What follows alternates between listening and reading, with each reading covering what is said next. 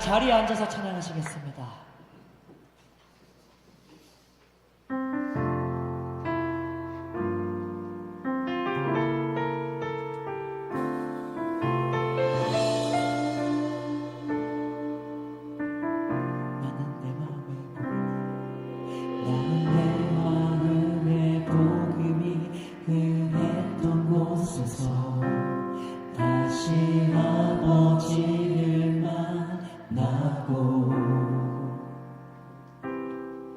주님 내 마음에 연약한 눈물의 끝에서 또 나를 반겨주시네. 잠깐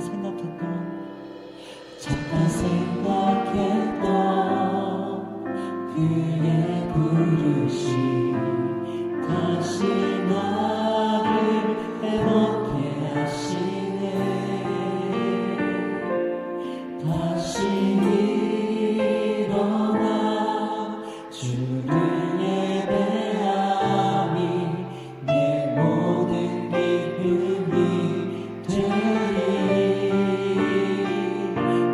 그의 기쁨 되어 삶의 모든 순간을 주께 다 내어드리리.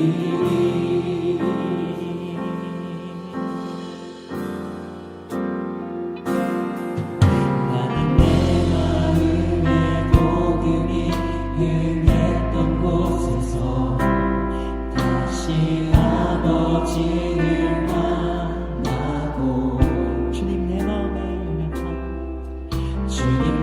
마음에 연약한 눈물의 끝에서 또 나를 반겨주시네.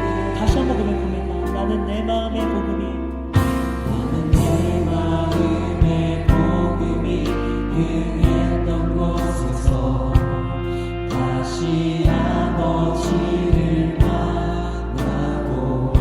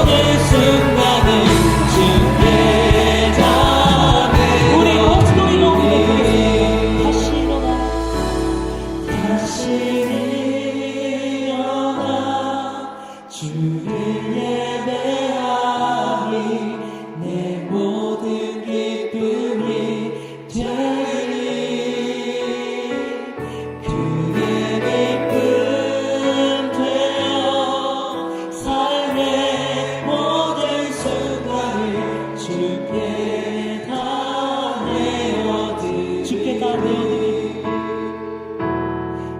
주께 다 내어드리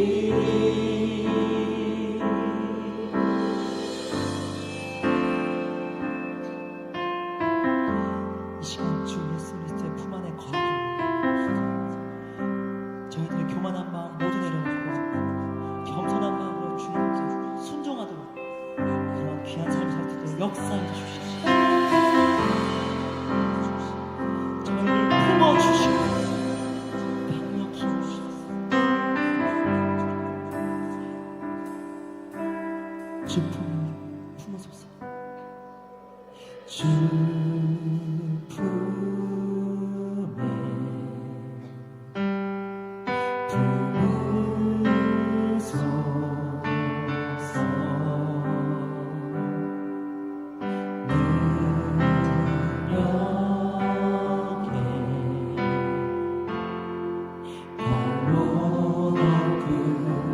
거친 파도 날 향해 와도 거친 파도 날 향해 와도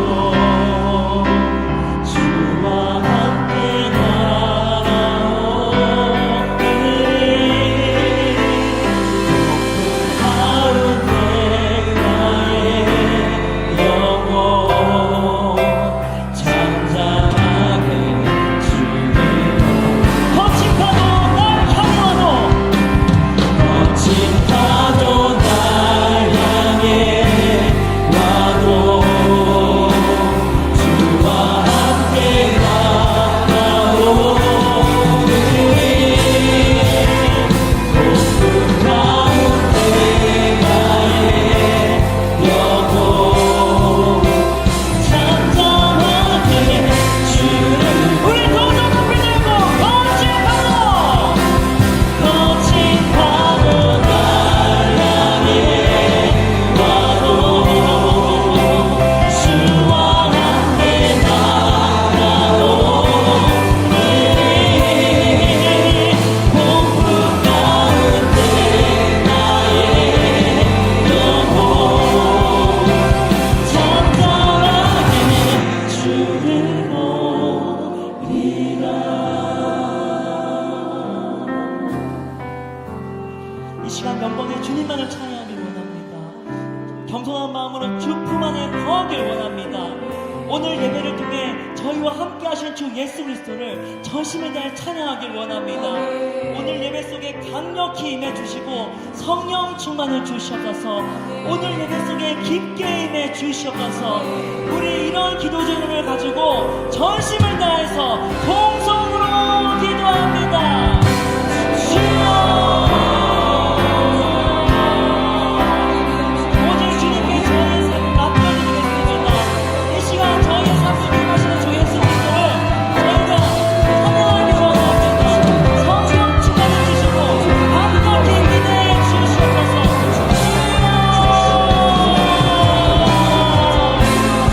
오직 성령 충만해 주시옵소서. 마음을 내려놓고 주 예수 그리스도께 삶을 맡겨드리는 그런 기도를 시간을 역사해 주시옵소서.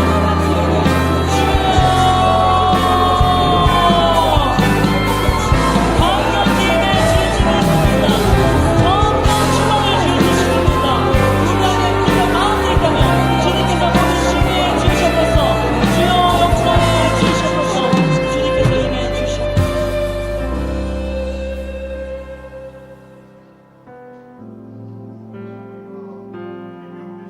하나님 아버지, 주님의 은혜 가운데 우리 교회를 세우시고 여기까지 인도하여 주심을 감사드립니다. 돌아보면 모든 것이 하나님의 은혜이고 감사입니다. 예배자로 매 주일 설 수 있는 것도, 가정과 이웃이 있는 것도, 매 순간 도우시고 보호하심도 헤아릴 수 없는 수많은 감사가 우리 삶 가운데 있음을 고백합니다. 모든 것이 하나님의 은혜요 감사임에도 감사로 하나님을 영화롭게 하기보다 불평과 무관심과 무절제가 더 많지 않았는지 돌아보게 됩니다. 주님, 말씀을 깨닫고도 말씀대로 살지 못하는 연약함과 기도로 깨어있지 못함과 자신을 내어주고 나누며 살지 못했던 여러 모양의 모습들을 고백하오니 우리를 긍휼히 여기시고 불쌍히 여겨 주옵소서. 이 시간 나를 위해 피 흘려 죄를 대속하신 예수님의 사랑으로 하나님의 은혜 안에 들어가 참된 예배자로 서게 하여 주옵소서. 주님, 기빈 초청 축제가 진행 중입니다. 행목 모임을 통해 복음이 선포되고 기도의 응답이 일어나게 하심을 감사합니다. 초청 예배로 영원히 인도되어지도록 상황과 환경을 열어 주옵소서. 전도 릴레이에 힘을 더하셔 예비된 영혼을 만나게 하시고 교회로 인도되어지게 하여 주옵소서. 양육과 훈련을 통해 영적 성장이 일어나게 하시며 도고 기도의 영성으로 교회가 더욱 뜨겁게 하시고 기도 모임과 소그룹 모임에서 기도 응답과 치유와 회복이 일어나게 하여 주옵소서. 주님, 나라와 민족을 위해 기도합니다. 대통령과 위정자들이 주님의 뜻에 따라 공의롭고 정직하게 나라를 이끌 수 있도록 도와주옵소서. 경제가 어려움 속에서도 주님의 인도하심에 따라 잘 이겨낼 수 있도록 통치하여 주옵소서. 세계 비전을 위해 기도합니다. 15 박주한 선교사님을 축복하여 주옵소서. 건강과 안전을 지켜주시고 언어와 문화적 차이를 잘 이겨낼 수 있도록 도와주옵소서. 날마다 성령의 능력으로 충만하여 주어진 사명을 감당하여 한 영혼을 세우고 하나님 나라를 확장하는 일에 아낌없이 쓰임받게 하옵소서. 16호 조수민 예비선교사님과 17호 박상민 예비선교사님을 축복하여 주셔서 말씀과 기도로 잘 준비되어지게 하옵소서. 이제 2주 후에는 필리핀 선교지로 파송하오니 남은 시간 마음과 생각을 지키게 하시고 건강을 지켜 보호하여 주옵소서. 이 시대의 탁월한 연합선교로 마지막 시대를 감당하는 역사의 주역으로 부르신 줄 믿습니다. 보내는 선교사님들의 가정과 일터를 축복하시어 기도와 재정으로 보내는 선교사의 사명을 잘 감당하게 하옵소서. 오늘 공동체 예배는 임직식 및 원로장로 추대 은퇴식이 진행됩니다. 하나님이 주신 직분과 사명을 잘 감당하게 하시고 은퇴를 하시는 장로님, 안수 집사님, 권사님을 축복하여 주옵소서. 임직자를 위해 기도합니다. 사명을 위해 일꾼으로 불러주신 은혜에 감사합니다. 교회를 든든히 세우고 덕을 끼치며 하나님 나라를 확장하는 일꾼으로 쓰임받게 하시고 하나님의 뜻과 능력으로 잘 감당하게 하옵소서. 목사님을 위해 기도합니다. 목사님에게 비전을 주셔서 앞장서 달려가게 하시니 감사합니다. 늘 마음과 생각을 지키게 하시고 모든 악한 영과 세력으로부터 보호하여 주옵소서. 또한 건강을 지켜주셔서 사역을 감당하기에 제한받게 하지 않게 하시고 하나님과 깊은 교제 안에서 주신 말씀이 선포될 때마다 능력과 권세의 말씀으로 성령의 역사가 일어나게 하여 주옵소서. 목사님의 가정에 늘 평안과 화목으로 임하여 주옵소서.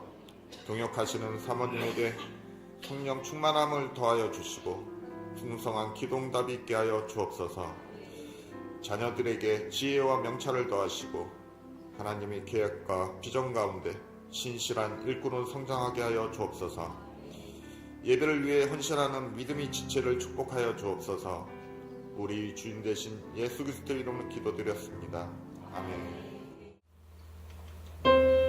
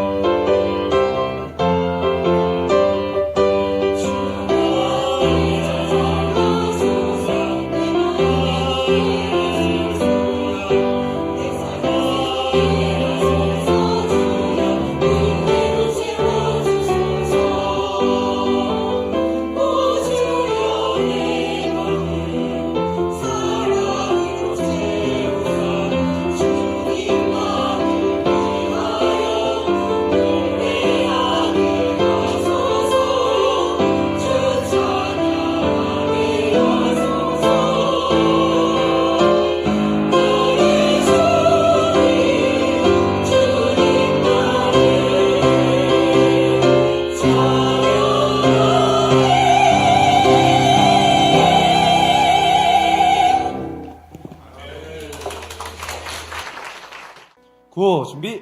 할렐루야. 주님 사랑. 이웃 사랑. 주님 사랑. 이웃 사랑.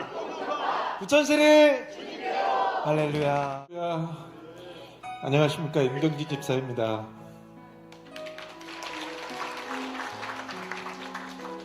오늘은 예일교회 설립 45주년 감사 예배로 드리게 되었습니다. 하나님의 사랑으로 예일교회가 설립 45주년이 되었고, 우리 예일교회는 하나님께서 특별히 사랑하셔가지고 성령의 뜨거운 역사가 늘 강하게 역사하고 드리는 기도마다 응답받는 축복의 현장이 되고 있는 교회인 것 같습니다. 이렇게 되기까지 우리 교회를 위해 항상 눈물과 열정으로 기도하고 계신 설립자이신 우리 강경원 원로 목사님과 강승신 담임 목사님의 노고가 아닌가 싶습니다. 큰 박수 부탁드리겠습니다.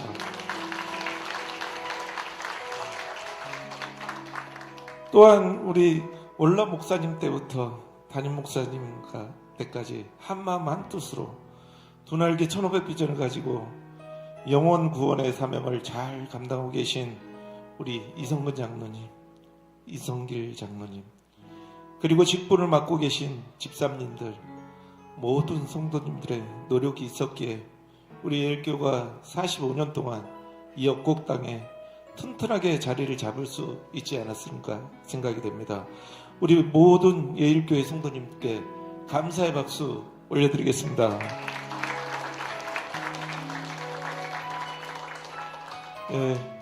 감사합니다. 그러면 예일교회 설립 45주년 행사를 시작하겠습니다. 이성근 장로님 나오셔가지고 예일교회 45년간의 역사를 발표해 주시겠습니다. 오늘 또 은퇴하시고 원로 장로님도 추대하시니까 마지막 말씀을 하시지 않을까 싶습니다. 더욱 뜨겁게 박수 한번 부탁드리겠습니다.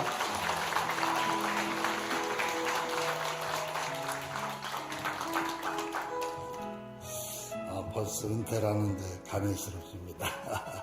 우리 원로 목사님이신데 그래도 감사해요. 건강하게 시작해서 건강하게 은퇴할 수 있다는 것도 우리뿐의 큰 은혜가 아닌가 싶습니다. 우리 예일교회 대한예수교 장로교 배석대신 교단에 속해 있는 교회로 소개를 좀 하겠습니다. 1981년 1월 5일 부천시 역곡동 201-3 지하 36평을 임대하여서 역곡 중앙교회라는 이름으로 설립 예배를 드렸습니다. 이후에 1982년 4월에 현재 원로 목사님이신 우리 강경원 목사님이 부임하셨습니다. 그 후에 1985년 10월 역곡동 우남상가 2층으로 교회를 이전하게 되고 1986년에 교회 건물을 매입하였습니다. 1987년 3월에는 한 분의 장로와 두 분의 장립집사, 두 분의 권사를 임직하여 첫 일꾼을 세웠습니다. 그리고 1994년에 4월에는 우리 강경 원로 목사님을 위임식과 1명의 장로, 4명의 장립사, 1명의 권사를 임직하여서 세웠습니다. 1994년 현재 우리 교회 장소인 역곡 2동 34-8번지 대지를 매입하여 1995년 건축을 완공하여 5월 20일에 입당 예배를 드리면서 2명의 장로와 4명의 장립사를 세우고 교회 명칭을 예일교회로 개명하였습니다. 그리고 1999년에는 1명의 장로와 4명의 장립집사, 8명의 권사를 임직하여 세웠습니다. 2001년 8월에는 교회 설립 20주년 기념으로 청년들이 일본 단기 선교로 첫 번째 선교의 문을 열었습니다. 2003년 세목회 프로젝트를 시작하여서 2004년에는 구역을 목장으로 개편하여 실질적 사업을 나누었고 2005년 1월 두날개 천의 비전을 선포하고 4월부터 열린 모임을 시작하였습니다. 2006년 12월에는 제자대학 1기 훈련생 17명을 졸업하였습니다. 2008년 1월부터 삼부청년 예배를 시작하여 2009년 1월부터는 예배를 특성화하여 전통예배, 축제예배, 전문예배로 구별하여 예배를 드렸습니다. 2009년 11월 5번째로 장로를 창립하여 6명의 장립사와 1명의 권사를 세웠습니다. 2011년 9월에는 강경원 목사님이 대신교단 총회장으로 당선이 되셔서 교단위에 헌신하셨습니다. 2014년 5월에는 강경원 목사님을 원로 목사로 추대하고 강승신 목사님을 담임 목사로 위임하였습니다. 2016년 새롭게 시작하는 건강교회로 비약하여 2월에는 목사님을 비롯하여 11명의 성도들이 두날개 필리핀 아울리치를 다녀오게 되었습니다. 이후 12월에는 두날개 1호 단교사로 필리핀에 파송하였습니다. 2016년 7월 어린이 청소년 집중훈련을 시작으로 어린이와 청소년도 두날개 프로세스를 시작하여 부천 지역의 각 학교마다 복음이 전해지고 있습니다. 2019년 1월 담임 목사님과 청년 1명이 인도 아울리치를 다녀오게 되었습니다. 이후 12월에 6호 단기 선교사를 인도로 파송하였습니다. 2020년 12월에는 8호 단기 선교사를 러시아로 파송하였습니다.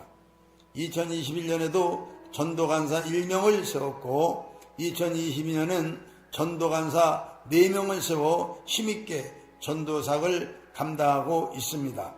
2024년 2월 담임 목사님께서 백석대학교에서 실천신학, 설교학, 신학박사로 학위를 취득하셨습니다. 그 다음 2025년 5월에는 본당을 리모델링하여 은혜로운 예배를 드리게 되었습니다. 그리고 오늘 3명의 장로님과 4명의 장립사님, 8명의 권사님을 임직하게 되고 현재는 16호, 17호 단기선교사를 파송하려고 기도하고 준비하고 있습니다. 이일교는 말씀과 성령의 능력으로 영혼을 구하는 이 시대의 리더를 세우고 그들이 또 다른 사람을 그리스도의 제자로 세워가는 두날개 천억 비전을 이루기 위해 오늘도 최선을 다하여 달려가고 있습니다. 감사합니다. 이성근 장로님 수고하셨습니다. 박수 한번 다시 한번 부탁드리겠습니다. 다음은 우리 교회 설립하시고 담임 목사님으로 계시다가 지금은 이제 멀리 봉화에서 사과 농사를 짓고 계시지만 그래도 항상 개울교회를 위해서 기도하고 계신 우리 강경원 원로 목사님 모셔서 축사해 주시겠습니다. 나오실 때 뜨거운 박수 부탁드리겠습니다. 할렐루야. 너무 감사합니다. 참 감사합니다. 45주년 짧은 시간 아니잖아요. 꽤 길지요. 45년이면. 근데 우리 교회가 45주년 설립 기념주의를 맞게 되었습니다. 이게 어느 한 사람의 공로로 45주년이 지나간 게 아니고 여기 앉아 계시는 여러분들이 45주년 기념주의를 맞이할 수 있도록 여러분이 다 이걸 만들어 가셨습니다. 이게 말이 45주년이지 45년 동안의 시간을 누가 이렇게 만들어 갔느냐 하면 여러분들이 다 하셨습니다. 그래서 45주년에 정말 축하를 받아야 할 주인공들이 여기 앉아 계시는 여러분들입니다. 너무 감사하고요. 또 결혼해서 외지에 나가 계셨던 분들이 오늘 자녀분들을 데리고 여기 이렇게 딱 참석한 걸 보니까 속이 얼마나 기쁜지 막 한참을 웃었습니다. 한참을 웃고 너무 감사해서 하나님 앞에 감사하는 마음을 가졌습니다. 그런데 교회가 그냥 감사하다 그것으로 45주년 기념식을 할 수는 없잖아요. 우리 교회가 핵심적인 가치가 담임 목사님을 중심으로 해서 계속해서 재생산을 위해서 가름박질하고 있는데 그거를 더 잘할 수 있기를 위해서 마음에 다짐하는 계기를 가져야 되지 않겠나 이렇게 좀 생각을 하고 있습니다. 그게 45주년을 맞이하는 우리의 마음 자세라고 생각을 합니다. 45주년 여러분 의미가 좀 있지요? 근데 그게 그냥 시간만이 아니고 저는 이렇게 생각을 하고 싶습니다. 우리 예일교회 성도들에게 45주년이라고 하는 교회의 역사는 디딤돌이다. 디딤돌. 밟고 설 수 있는 바탕이라는 거죠.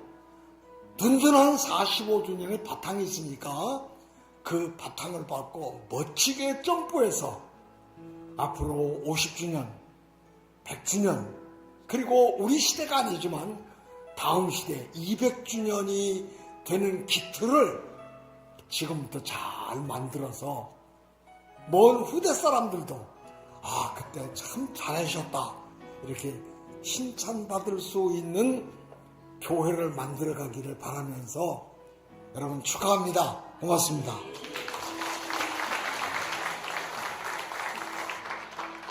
네, 원로 목사님 좋은 말씀 감사드립니다. 다시 한번 뜨거운 박수 한번 부탁드리겠습니다.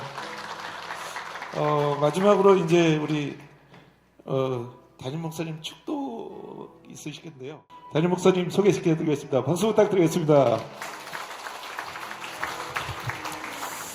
매일 서는 자리에서 소개받으니까 이상하네요. 자, 우리 저 윗자리에도 좀 불을 켜주시고 같이 참여할 수 있도록 해주시기 바랍니다. 우리 사랑하는 성도 여러분, 우리 예일교회가 45주년을 맞이했습니다. 이건 그냥 우리에게 있는 것이 아니라 하나님의 크신 은혜와 축복인 줄로 믿습니다. 그동안 얼마나 많은 일들이 있었습니까? 그 수많은 일들과 역경을 다 이기고 여기까지 서도록 하나님이 인도하신 줄로 믿습니다. 그 은혜 가운데 서서 우리가 하나님께 영광을 돌려드리는 겁니다. 마치 느낌이 어떠냐 하면 홍해를 가르신 하나님께서 홍해로 지나라 그래서 홍해를 들어갔는데 홍해 양쪽에 물이 벽처럼 쫙 쌓아 올린 그 한가운데 오늘 우리가 서서 하나님께 예배를 드리고 있는 겁니다. 하나님, 지금도 하나님의 능력으로 서 있습니다. 하나님 역사하고 계시는 줄로 믿습니다. 이런 감사를 오늘 드릴 수 있는 우리 성도들 되시기를 주님의 이름으로 축복합니다. 우리 한번 기도하시겠습니다. 거룩하신 하나님, 너무너무 감사합니다. 하나님의 몸된 교회를 하나님 이 자리에 세우시고 우리를 사랑하는 이 예일교회에 불러주시어서 주의 뜻을 이루는 머리 되신 주님의 몸이 되게 하시니 감사합니다. 그리고 45주년을 여기까지 인도하셨는데 머리가 몸을 위하듯이 우리 하나님께서 우리를 위해서 일하시고 우리를 여기까지 안내하시고 승리케 하신 줄로 믿습니다. 어떤 도움도 없이 천지를 창조하신 것처럼 어떤 도움도 필요하지 않고도 바라지 아니하시고도 얼마든지 하나님의 영광을 취하실 수 있지만 오늘 저 들판에 돌 같은 우리를 부르셔서 하나님의 영광에 참여하게 해주셨사오니 오늘 하나님이 이 돌들을 들어 찬양하게 하실 수 있는 것처럼 우리를 들어 하나님을 찬양하게 하여 주옵소서. 그 기쁨을 우리가 누리게 하여 주시옵시고 온 몸과 마음과 삶을 다 바쳐 하나님의 영광을 드러내는 45주년을 맞이한 우리 예일교회와 성도들 되게 하여 주옵소서. 이 시간 예배를 흠양하여 주시옵시고 하나님 중심의 예배를 받으시고 두 손을 들어 기쁨으로 축복하여 주옵소서. 오늘 함께하는 모든 성도들 위해 하나님의 영광이 임하게 하시기를 간절히 원하오며 예수님의 거룩하신 이름으로 축복하며 기도하옵나이다. 아멘. 우리 다시 한번 하나님께 감사와 영광의 박수를 올려드립니다. 자, 우리 하나님 말씀을 함께 보도록 하겠습니다. 하나님의 말씀은 사도행전 11장 15절로 24절의 말씀을 우리 한 절씩 교독하겠습니다. 사도행전 11장 15절로 24절의 말씀 한 절씩 교독합니다. 내가 말을 시작할 때 성령이 그들에게 임하시기를 처음 우리에게 하신 것 같이 하는지라.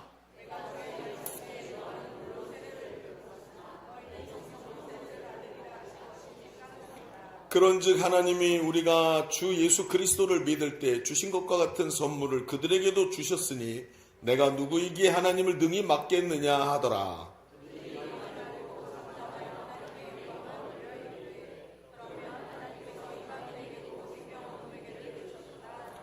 그때 스데반의 일로 일어난 환란으로 말미암아 흩어진 자들이 베니게와 구브로와 안디옥까지 이르러 유대인에게만 말씀을 전하는데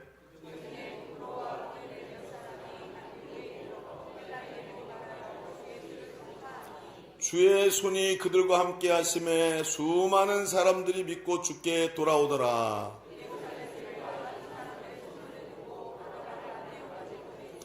그가 이르러 하나님의 은혜를 보고 기뻐하여 모든 사람에게 굳건한 마음으로 주와 함께 머물러 있으라 고나니 바나바는 착한 사람이요 성령과 믿음이 충만한 사람이라 이에 큰 무리가 주께 더하여지더라. 아멘. 사랑하는 성도 여러분, 오늘 우리는 교회 설립 45주년 기념주일을 맞이했습니다. 예일교회를 세우시고 45년간 은혜로 인도하신 하나님께 모든 감사와 영광을 돌려드립니다. 여러분, 저는 교회를 참 좋아하는 사람입니다. 세상의 소망이 교회에 있는 줄로 믿습니다. 정부가 할 수 없는 일 교회가 하는 줄로 믿습니다. 부모가 할 수 없는 일 교회가 하는 줄로 믿습니다. 그래서 교회가 세상보다 세상을 바꿀 수 있고 교회는 세상이 못하는 일을 할 수 있을 만큼 위대합니다. 사람들은 교회를 통해 복음을 듣고 구원받아 하나님의 자녀가 되고 예수님의 제자가 됩니다. 이러한 위대한 일을 감당하는 교회를 통해 가정이, 나라가, 열방이 주님께 돌아오게 됨을 저는 믿습니다. 그래서 교회를 너무너무 좋아합니다. 이렇게 땅끝까지 복음을 전하는 귀한 일을 위대하게 사용하신 그 일을 위대하게 사용하신 교회가 성경에 하나 나오는데 그 교회가 오늘 우리가 읽은 성경에 바로 예루살렘 교회, 첫 번째 교회입니다. 예루살렘 교회는 대단한 교회의 복음의 뿌리가 되는 교회입니다. 여러분 잘 아시지만 예루살렘 교회는 성령 충만을 첫 번째로 경험한 교회이고 복음을 전한 교회이고 심지어 하루에 3,000명이 회개하고 죽은 자가 살아나는 능력을 일으키는 교회였습니다. 교회의 기본 구조를 세운 교회이고 복음의 체계를 처음 세운 교회이고 그 외에도 예루살렘 교회의 위대함을 말한다면 이루 말로 설명할 수 없을 정도로 많을 것입니다. 그러나 여러분 성경을 가만히 읽어보신 분들은 아시겠습니다만 예루살렘 교회는 그렇게 위대한 교회라고 말할 만한 교회라고 성경은 기록하고 있지 않습니다. 그래서 이 말이 이상한 겁니다. 왜냐하면 여러분 잘 아시지만 성경에 보면 예루살렘 교회에서 일어난 사건 중에 아나니아와 삽비라 부부 사건이 일어났죠. 보십시오. 그렇게 성령 충만한 교회에 거짓말을 하고 여러분 마치 사람들의 칭찬을 탐하는 것 같이 하다가 한 방에 그냥 하나님이 너무나도 무섭게 칼로 쳐가지고 그 자리에서 죽어버린 아나니아 삽비라 부부 사건이 예루살렘 교회에서 일어났습니다. 이 어떻게 된 일일까요? 여러분 또 보십시오. 부재에 빠지는 문제로 쌀을 더 받느냐 덜 받느냐 이런 문제로 히브리파 과부들과 헬라파 과부들이 머리끄댕이를 잡고 싸우는 일이 벌어졌습니다. 나중에는 하나님께서 감옥에 갇힌 베드로를 탈옥시키는 장면이 나오는데 교회가 베드로가 내일 아침 되면 사형당할 걸 알고 하나님께 기도를 합니다. 그래서 하나님께서 베드로를 탈옥시켜서 교회에다 데리고 오셨는데 밖에서 문을 두들기는데 안에 있던 사람들이 베드로 일리 없다. 베드로의 천사일 거다 이렇게 생각하면서 자기들 기도하면서 응답될 것을 믿지 못하는 모습까지 보여줍니다. 결국엔 어떻게 되지요? 스데반 사건으로 이후에 박해를 받아 흩어지고 사라지는 그게 뭐예요? 예루살렘 교회의 모습입니다. 아이러니하지요. 예루살렘 교회가 한때 위대했지만 실패하고 사라진 것처럼 보입니다. 과연 예루살렘 교회는 좋은 교회가 맞을까요? 그럼에도 불구하고 여러분 예루살렘 교회가 정말 위대한 교회인 이유가 있습니다. 그것은 예루살렘 교회가 자기에게 맡겨진 시대적 역할을 다 감당했다는 것입니다. 그런 의미에서 예루살렘 교회는 위대한 교회입니다. 하나님은 매 시대마다 위대한 교회들을 이 땅에 두셨고 그 교회를 통해서 시대마다 일하신 줄로 믿습니다. 오늘 우리 45주년을 맞이한 예일교회가 바로 이런 의미에서 위대한 교회입니다. 이 시대를 하나님 우리에게 맡기셨다고 우리는 믿습니다. 여러분 아멘이십니까?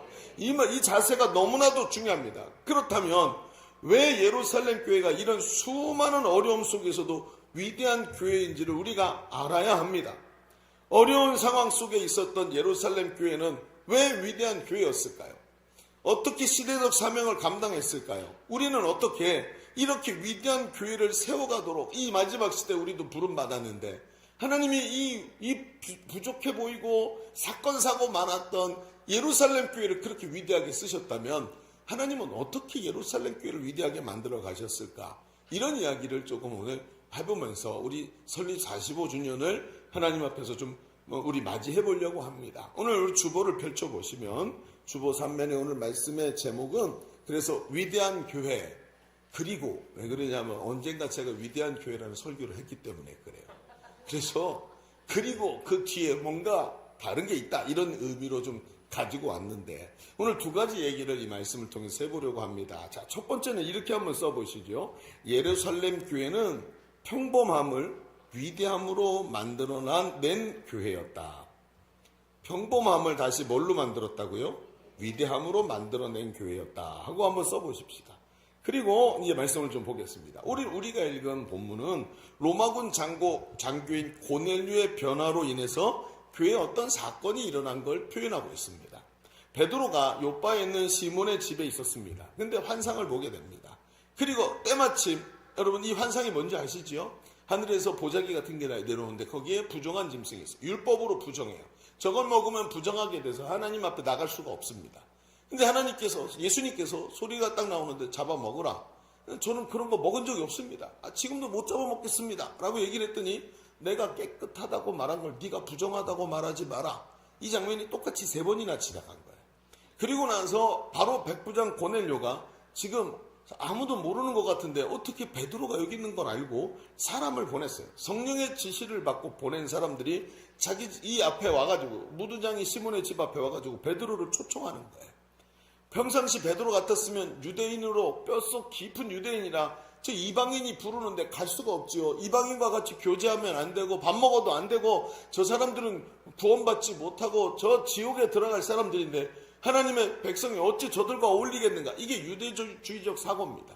그런데 저들이 부르는데 평상시 베드로 같으면 절대 가지 않을 만한 그곳에 고넬료의 집에 초청을 받아서 베드로가 가게 됩니다. 왜요? 조금 전에 본 환상 때문입니다. 그리고 성령이 그들에게 임하셔서 가서 복음을 전하는데 하나님이 성령을 부어주시는데 이들이 오늘 성경에 뭐라고 써있냐면 우리가 처음 성령을 받을 때와 똑같은 일이 벌어졌다. 불의 혀처럼 갈라지는 게 저들 위에 있고 바람 같은 소리가 나면서 성령이 각 사람에게 막 내리는 걸 본 거예요. 그러면서 그들에게 하나님의 회개의 은혜를 주시는 것을 보고 그들과 교제하게 됐다는 거죠. 자, 문제는 사도 베드로가 이방인 고넬료의 집에 들어가 교제했다는 이유로 예루살렘 교회에 문제가 되었습니다. 자, 사도행전 11장 1절을 볼까요? 같이 한번 읽어봅시다. 시작. 유대에 있는 사도들과 형제들이 이방인들도 하나님의 말씀을 들었다 함을 들었더니 베드로가 예루살렘에 올라갔을 때 할례자들이 비난하여 이르되 내가 무할례자의 집에 들어가 함께 먹었다 하니 베드로가 그들에게 이 일을 차례로 설명하고. 자, 이 장면 때문에 교회와 이 할례를 받은 사람들이 그 안에서 이게 지금 어떻게 된 거냐 하고 유대주의적 사고로 얘기를 하는 거죠. 그랬더니 오늘 베드로가 우리가 읽었던 본문에 베드로의 증언이 됩니다.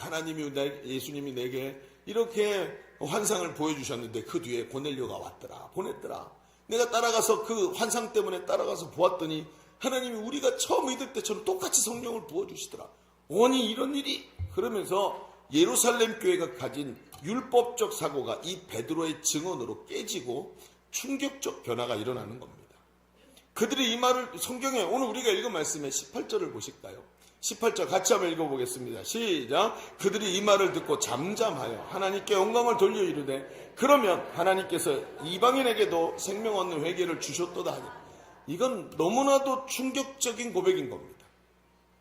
여러분 학자들은 말입니다.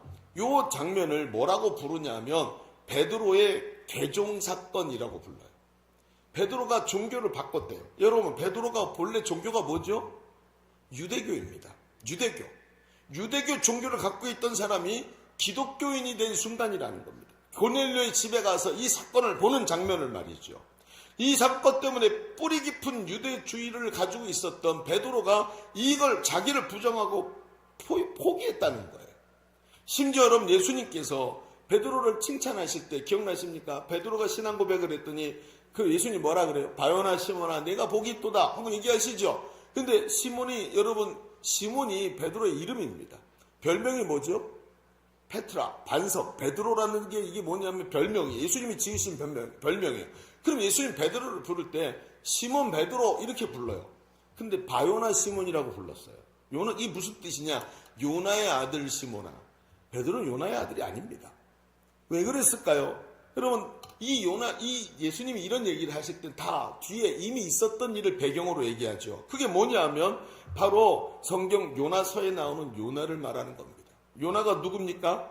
하나님께서 니느웨를 구원하는 게 꼴보기 싫어가지고 다시스로 도망갔던 사람입니다.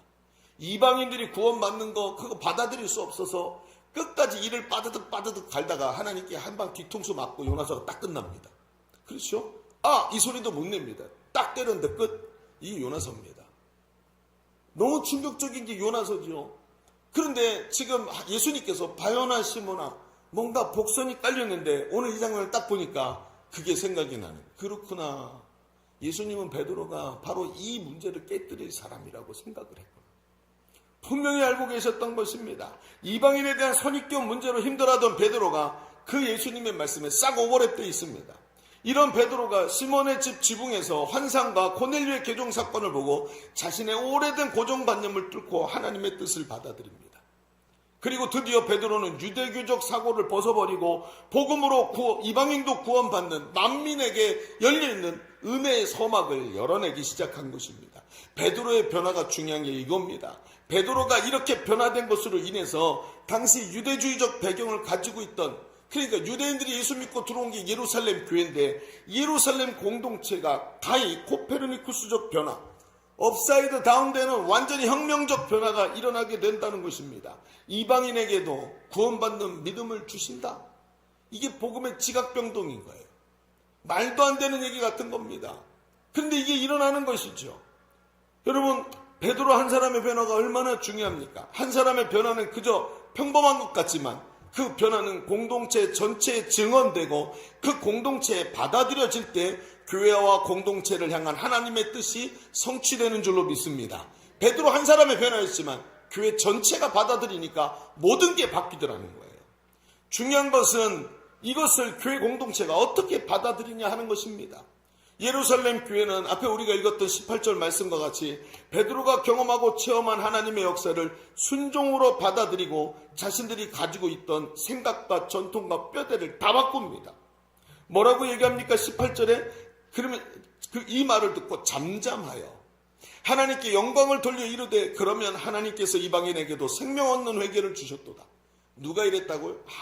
받은 할례파 기독교인들이, 철저하게 유대교적으로 살던 사람들이 이 말을 했다는 한 번에. 이것이 여러분 예루살렘 교회가 위대한 이유입니다. 뿌리 깊은 유대주의적 사고의 전통을 깨고 하나님의 뜻을 받아들이고 분별했다는 것입니다. 하나님의 뜻이 확실해지자 자기를 주장하지 않고 순종해서 그 변화를 수용한 겁니다. 그때 평범한 한 사람의 평범한 변화가 교회를 통해서 위대한 역사를 이루게 되는 것입니다. 여러분, 우리 예일교회는 전통적 장로교회입니다. 뿌리가 깊습니다. 게다가 자존심이 엄청난 대신교단에서 이 뿌리가 있습니다. 28,000 동네 가서 우물을 파라 하신 김치선 박사의 이 얘기를 가지고 시작된 아주 전통적인 장로교회입니다.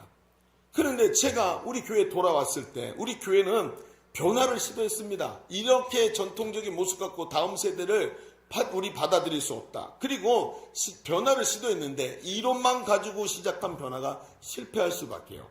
그러나 이 실패를 인정하고 그리고 다시 해야만 했습니다. 이대로 멈춰서는 안 되니까요. 그리고 우리가 두 날개 프로세스를 소개를 받았고 면밀히 검토를 해보고 그리고 그것을 받아들이기 시작했습니다.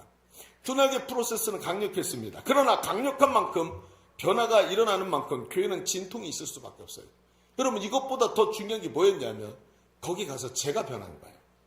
저는 군대 갔다 오면서 하나님께 콜링을 받았습니다. 네, 하나님, 저는 그렇게 목회자 안 되겠다고 도망다녔는데 하나님 알겠습니다. 제가 하나님 원하시는 목회자의 길을 가겠습니다 하고 제가 그 콜링을 하나님 앞에 받게 돼요.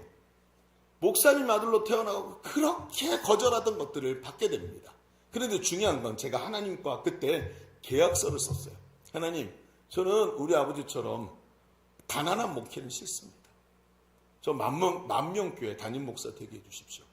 이게 제가 하나님과 딜을 한 겁니다. 물론 저 혼자 한 거지만.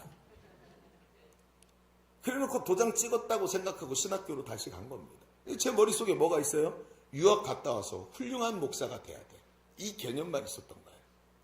그러다가 두나기에서 하는 이 훈련을 갖다가 제가 사명이라는 거, 복음이라는 게 뭔지 갑자기 확 깨달아지면서 하나님이 나를 왜 부르셨는지 하나님의 음성을 듣기 시작합니다.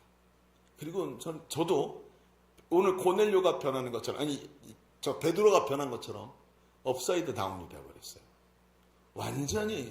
완전히 다른 개념을 가지기 시작했고 제 속에 뿌리 깊이 있었던 교회에 대한 부정적 이미지가 사라져버린 겁니다. 그래서 제가 교회를 사랑하기 시작한 거예요.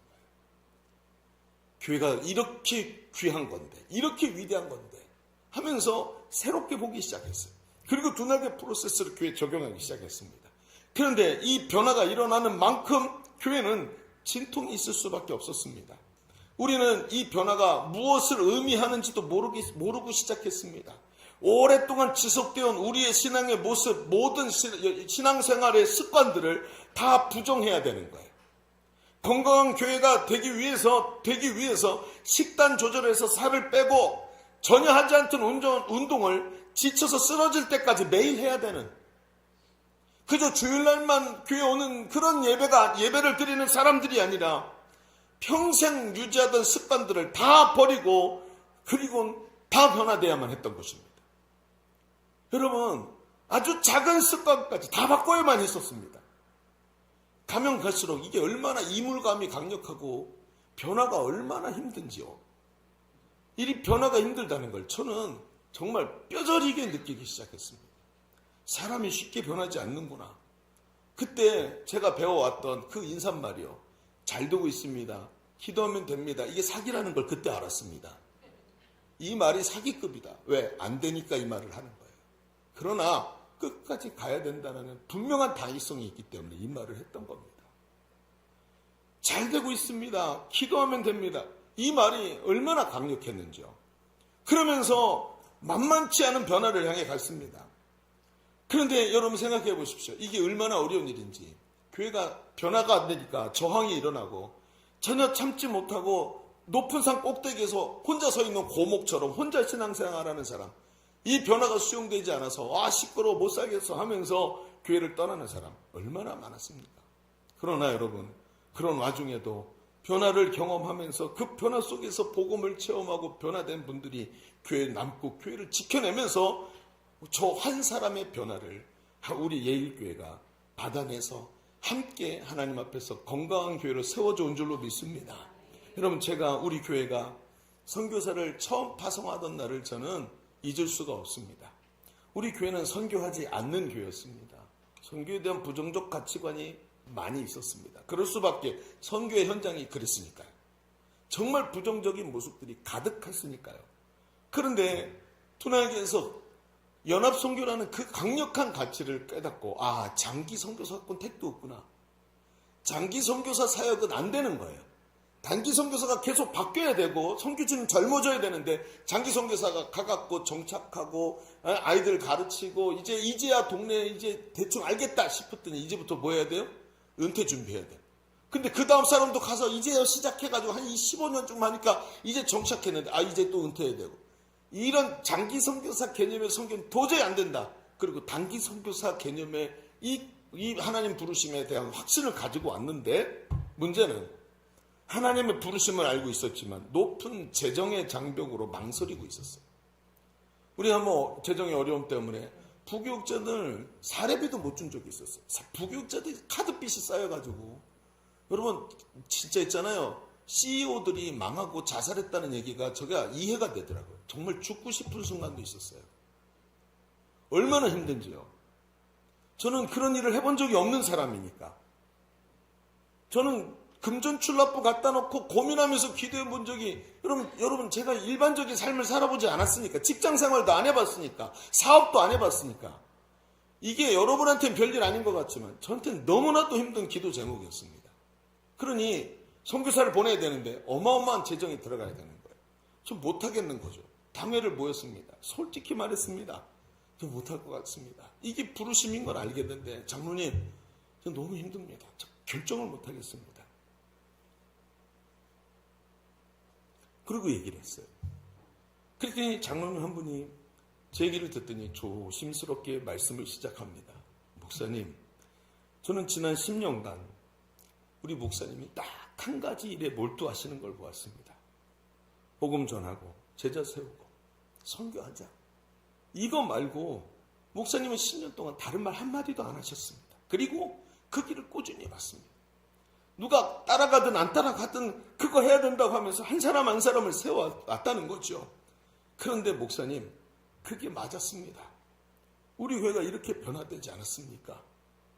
그렇다면 이번에도 목사님이 맞는 겁니다. 목사님이 그렇게 생각하신다면 그게 맞는 겁니다. 하나님이 목사님 통해서 일하실 겁니다. 할렐루야. 걱정하지 마시고 돈 걱정하지 마시고 하나님이 하라 하시면 목사님 뜻대로 하십시오. 제가 말입니다. 이 말을 죽을 때까지 잊을 수가 없습니다. 제가 지금도 여러 교회에서 설교해달라 그래서 지난주에도 한 교회가 설교하고 왔는데 가는 교회마다 이 말을 빼놓지 않고 합니다. 장로님, 거기 앉아계신 장로님들이 다 충격을 받습니다. 얼마나 중요한 줄 아십니까? 저에겐 이 말씀이, 이 이야기가 하나님의 음성으로 들렸습니다. 그리고 용기를 얻어서 그 어렵게 제가 갖고 있던 트라우마의 벽을 뛰어넘어서 하나님 주신 사명을 향해 담대히 달려가서 이번에 17호 선교사를 파송하게 된 줄로 믿습니다. 할렐루야. 하나님이 하셨습니다. 이게 뭡니까? 개인의 변화를, 평범함을 위대함으로 만들어내는 하나님의 교회를 말하는 거예요. 우리는 숫자 가지고 여기까지 온 교회가 아닙니다. 매일 마이너스가 떨어졌고 담임 목사 카드에 매일같이 3개월 이상 빚이 쌓여 있었습니다. 그런데 여기까지 올 수 있었던 건 100% 하나님의 은혜입니다. 사람이 한 게 없습니다. 이게 위대한 교회입니다.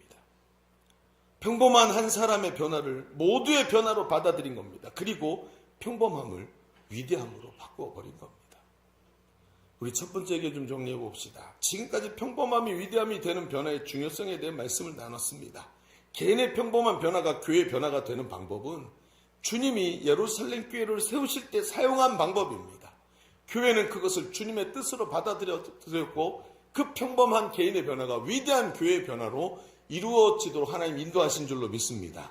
그런데 예루살렘 교회가 위대한 것이 이렇게 하나님의 말씀에 순종해서 하나님의 뜻을 받아들인 사건만으로 위대해졌다 말하면 이상한 거예요. 왜냐하면 그렇게 순종해서 위대하다면 모든 교회가 다 위대해야 되니까요. 그건 맞는 말인데 그것만 가지고는 안 될 것 같죠. 맞아요. 그렇습니다. 우리가 예루살렘 교회를 통해서 보아야 될 것은 이 순종의 변화 뒤에 더 큰 변화가 하나 더 있었기 때문이에요. 이 변화가 예루살렘 교회를 진정으로 위대한 교회가 되게 한 것입니다. 그게 뭐냐? 자, 주보를 펴서 두 번째 이렇게 한번 써보십시오. 그 위대함이 다시 평범함이 되는 교회가 되어야 합니다. 위대함이 뭐가 되어야 된다고요? 다시 평범함이 돼야 돼요. 아니, 목사님 열심히 쌓아 올리고 다 무너뜨리자는 얘기입니까? 아니죠. 그런 얘기가 절대로 아닐 겁니다. 그럼 그게 무슨 뜻인데요? 한번 들어보십시오.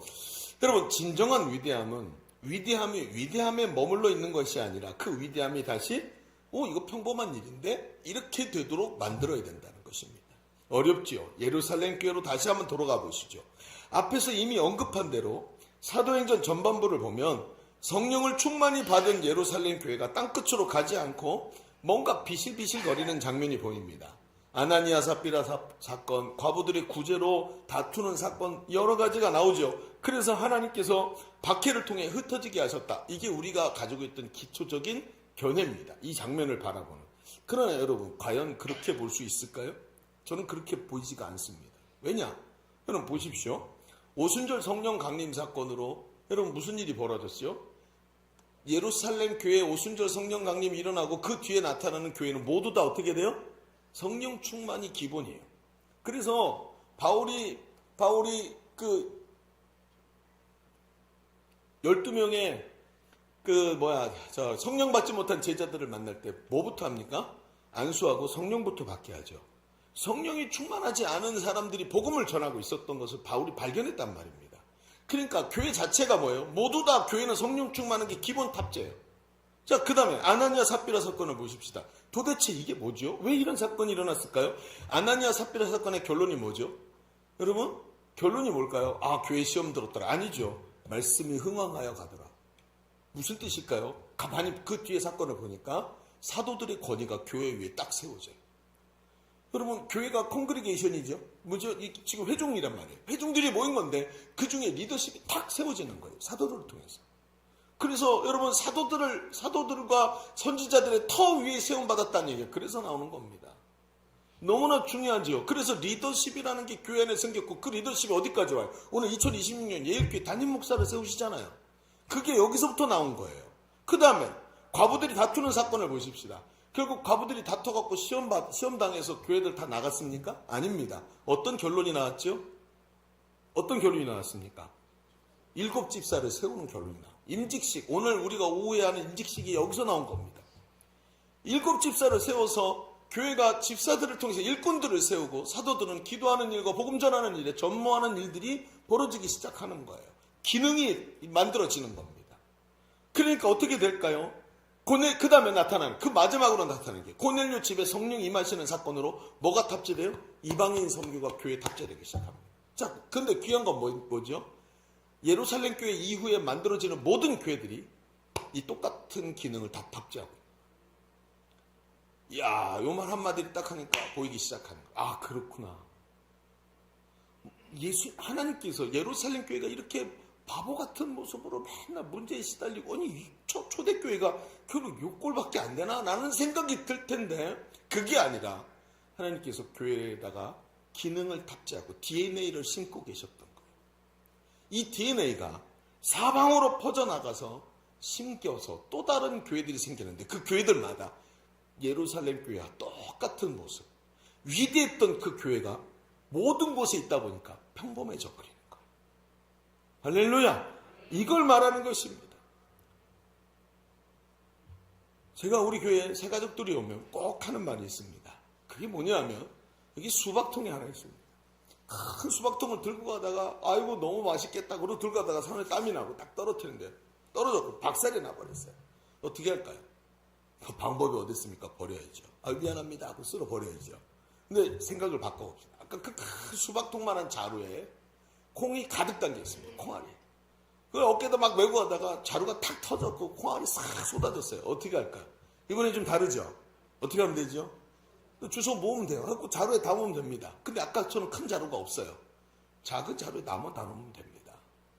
이 두 개의 차이가 뭘까요? 생명력이 어디 있느냐예요. 수박통은 수박통 자체에 생명력이 있어서 겉모양이 생명력이라고 생각되지만, 콩자루는 자루가 생명력이 아니에요. 어디에 생명력이 있죠? 콩알 하나하나에 들어있는 겁니다. 여러분, 지금 우리 교회가 원하는 게 뭐냐면, 그 콩알 하나하나에 들어있는 DNA가 충만히 들어있는 콩알, 바로 소그룹이라고 생각하고, 그 DNA가 바로 오늘 얘기하고 있는 바로 이 예수 그리스도의 복음과 비전이 가득한 DNA가 심겨져 있는 셀 리더라고 보는 거예요. 여러분, 우리 교회가 뭐 하는 교회입니까?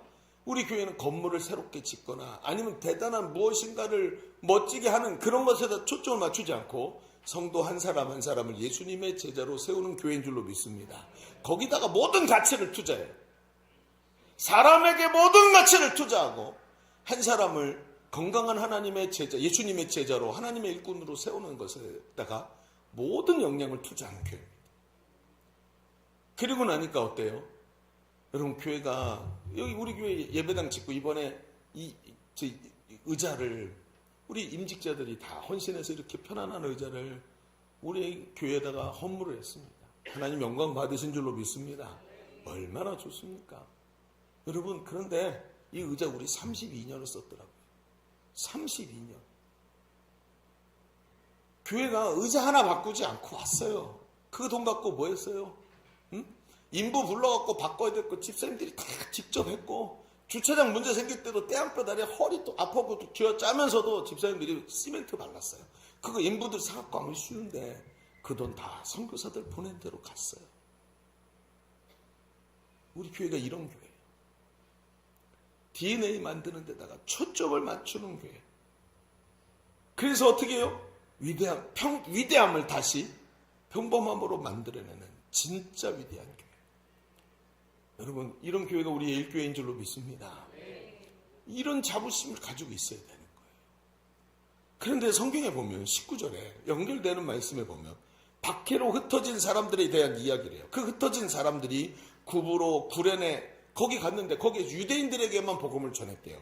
그런데 그 뒷장면에 보면 한 사람이 안디옥에 갔어요. 그래서 헬라인에게 복음을 전했는데 안디옥이라는 동네에 헬라인들이 그러니까 누구예요? 이방인이죠. 그 이방인들에게 복음을 전했어요. 왜?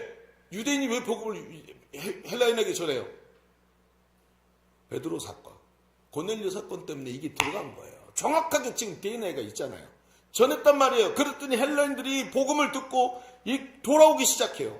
그런데 이것을 많은 사람들이 믿고 죽게 돌아온다는 소식을 예루살렘 교회에다 전했더니 예루살렘 교회가 듣고 한 사람을 보냈는데 그가 누구냐면 그 유명한 바나바입니다.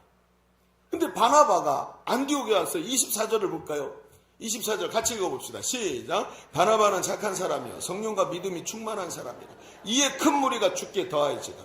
그는 예루살렘 교회에서 언급한 모든 DNA가 탑재된 예수님의 제자였고 누구보다도 헌신해서 제일 먼저 밭을 팔아서 사도들 앞에 둔 사람입니다. 그가 하는 일을 보십시오. 안디옥의 이 사역의 중요성을 깨닫기 시작해요. 이방인들이 돌아오는구나. 기가 막히네. 이렇게 많이. 그런데 혼자 감당을 못하는 거예요. 그러다가 뭘 떠올렸냐면 예전에 만났던 사울이라는 청년이 머리 확 떠오르는. 이 사울이 아주 그냥 이게 이방인 지역에서 살던 유대인이잖아요.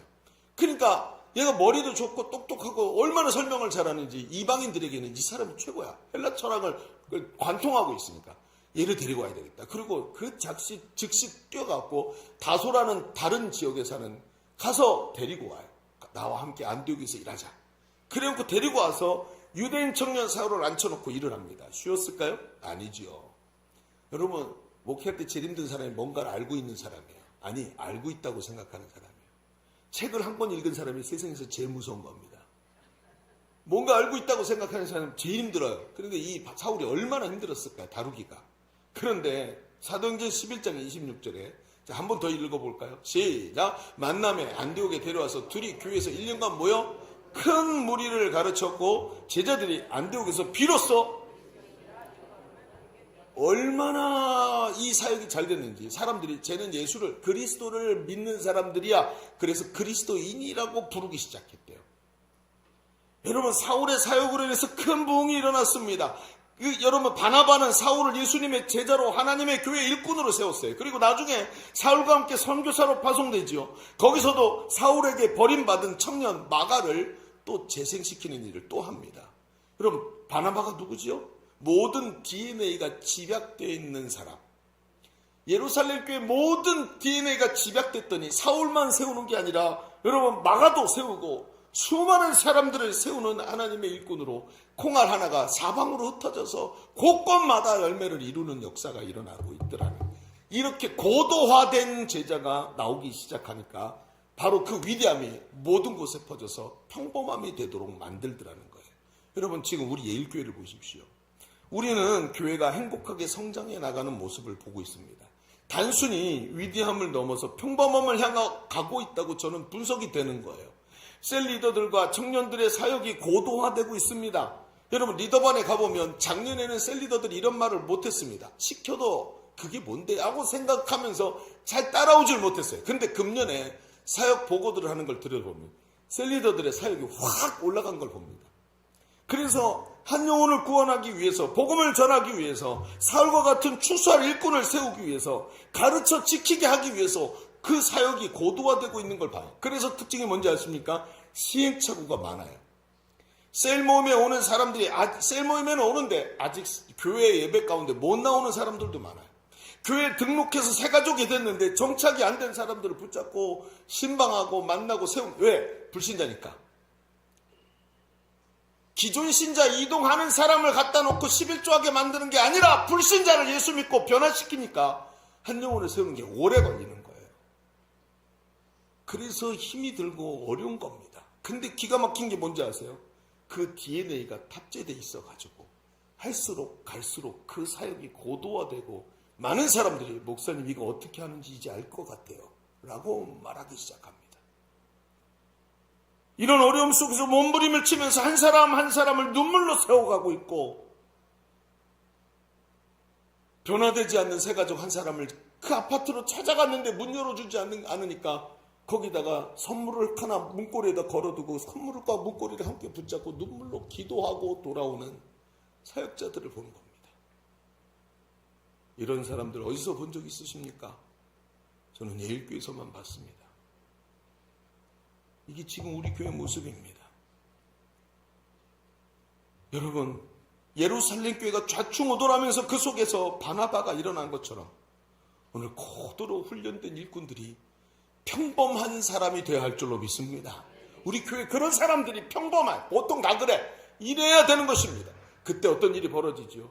그때 박해가 일어나는 게 아니라 사방으로 그 사람들이 퍼져서 자루가 찢어져서 터지는 역사가 일어나는 것입니다. 그 DNA가 사방에서 또 다른 DNA들을 일으키게 될 줄로 믿습니다. 그 일을 하는 사람이 바로 여러분입니다. 저와 나의 사역과 나의 믿음이 지금 누적되고 있습니다. 내가 우리 교회에서 지금 체험하고 있는 이 엄청난 DNA가 내 속에 누적되고 있어요. 도곡이들실에서 눈물을 흘리고 땀을 흘리며 기도하는 것이 바로 이 누적이고, 행복모임에서 베스트가 오지 않아서 빈자리를 놓고 오늘도 옆에다가 디스플레이 다 해놓고 선물 준비하고 케이크 준비했는데 베스트가 안 왔어. 환장할 노릇입니다. 그런데 앞에 있는 목장 식구에게 다음에는 꼭 여기 우리 다른 베스트를 앉혀놓고 이 하나님께 영광을 돌려드립시다 하면서 목장 식구들 끌어안고 축복해주면서 기도하면서 그 찢어진 가슴을 가지고 하나님 앞에서 강력하게 이 사명을 이루어가는 한 사람, 우리 교회 셀리더들이에요. 저는 이 얘기를 할 때마다 가슴이 터져 나옵니다. 지금도 너무나도 중요한 일이거든요. 예수님은 바로 이런 사람들을 너희는 가서 모든 민족으로 제자를 삼아라고 그런 사람에게 말한 것입니다.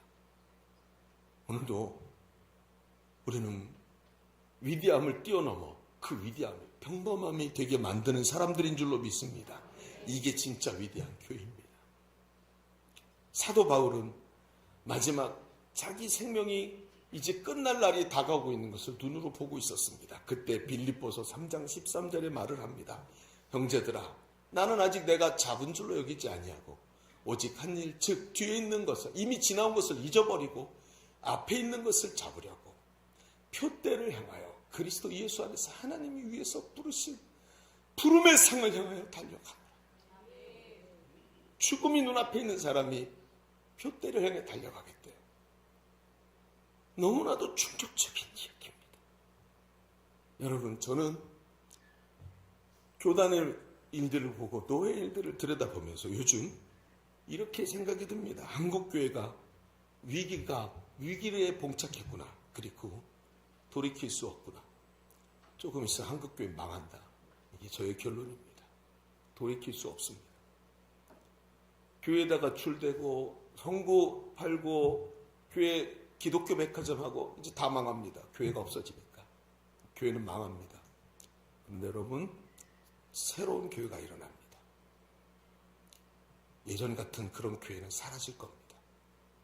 새로운 교회가 일어날 겁니다. 그리고 역사의 주역으로 부름받은 사람들이 하나님 앞에서 신실하게 일어나서 죽어가는 영혼들을 살리게 될 줄로 믿습니다. 이 일들을 앞장서서 할 수 있는 교회, 그 교회가 지금 난세의 영웅으로 부름받은 교회예요. 지금 우리 시대는 영적인 난세입니다.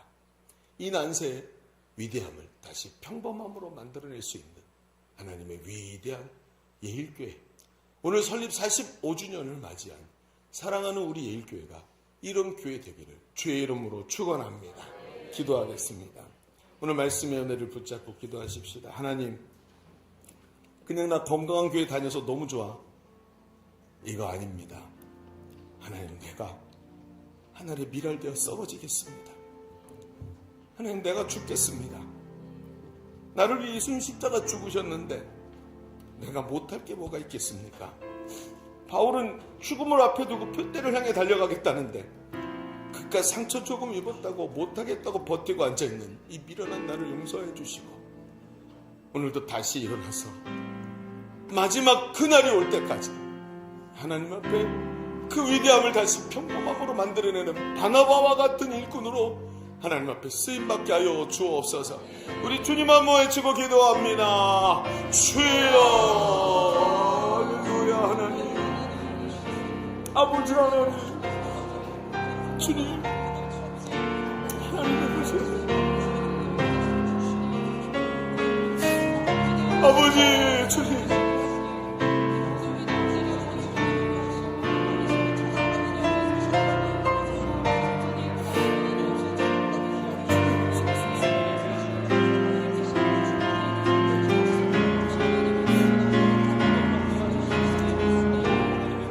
다시 한번 기도하십시다. 여러분 두 손을 펼쳐서 하나님께 올려드리십시오. 하나님, 우리 45주년을 맞이한 예일교회를 사용하여 주옵소서. 공짜로가 터져나가는 역사가 일어나게 하여 주옵소서. 우리 교회가 커지는 걸 바라는 게 아니라 하나님 역사가 일어나기를 간절히 원합니다. 하나님 나라가 세워지게 하여 주시옵시고 영혼들이 구원받는 역사가 일어나도록 우리 예일교회와 나를 사용하여 주옵소서. 기도합니다. 주여,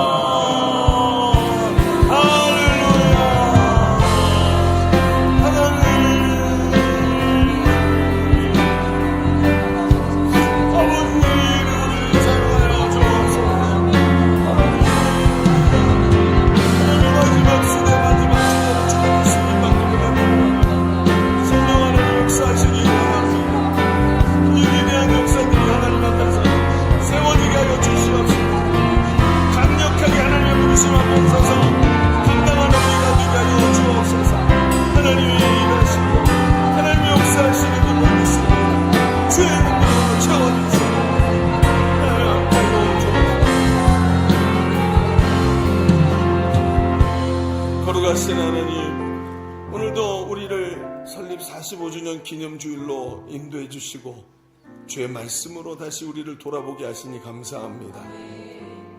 평범함을 위대함으로 만들어냈다고 기뻐하기보다 이 위대함을 다시 평범함으로 만들어내는 진정으로 위대한 교회, 위대한 성도가 되게 하여 주옵소서.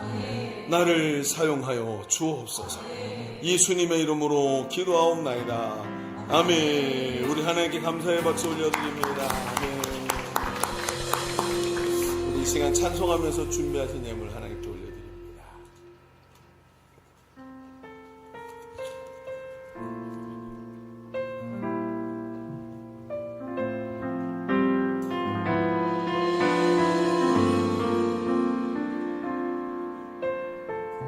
따스한 성령님,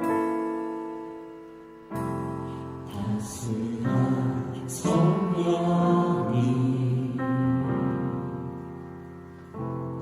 마음으로 보내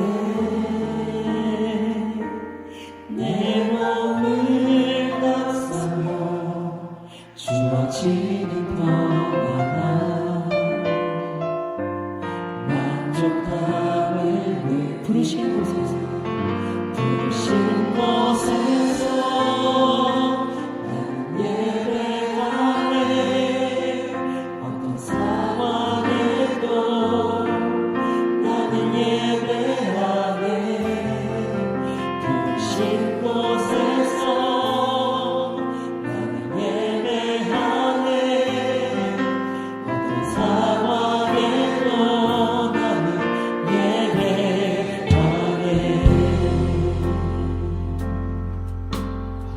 사랑과 진리의 사랑과 진리의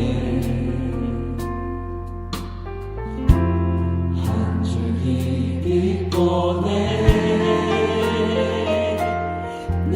몸을 감싸고 주어지는 평안함 그 사랑을 부르신 곳에서 나는 예배하네. 어떤 상황에도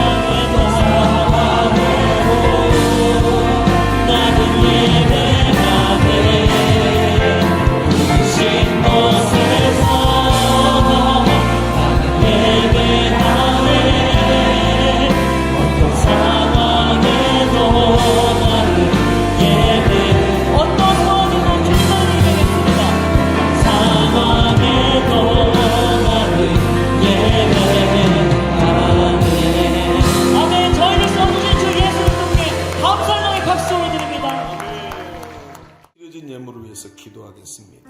하나님 감사합니다. 우리 같은 사람들이 뭐라고 하나님 나를 부르셔서 하나님의 이 몸된 교회에 귀한 일꾼으로 삼아주십니까? 저 길바닥에 돌들을 들어서도 하나님을 찬양하게 하실 수 있는 하나님이 굳이 나를 사랑하셔서 하나님의 영광에 참여하게 하시니 그 은혜를 너무너무 감사합니다. 하나님, 우리 사랑하는 예일교회가 이렇게 45주년을 맞이해서 하나님께 예배하게 하셨사오니 하나님, 이제 이 45년을 넘어서 하나님이 주실 은혜를 향해서 나가며 그 위대함을 다시 평범함으로 만들어내는 위대한 하나님의 일꾼들로 가득 채우게 하여 주시옵소서.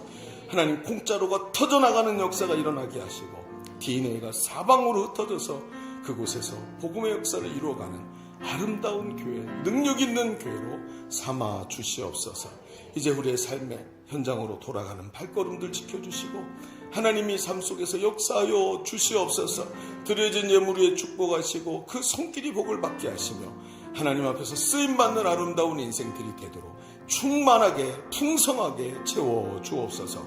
오늘도 함께 하시는 하나님께 감사드리며 이제는 우리 구주 예수 그리스도의 은혜와 아버지 하나님의 지극하신 사랑하심과 성령님이 내주하시고 교통하시고 함께 하시는 은혜가 오늘 45주년을 맞이해서 하나님 앞에 이렇게 겸손하게 감사의 예배를 올려드리는 모든 성도들 머리머리 위에, 저들의 삶의 현장과 가정 위에, 주님의 몸된 교회 위에, 열방의 선교사들과 지금도 신음하고 있는 이 나라의 민족 위에 이제로부터 영원토록 함께 계실지어다.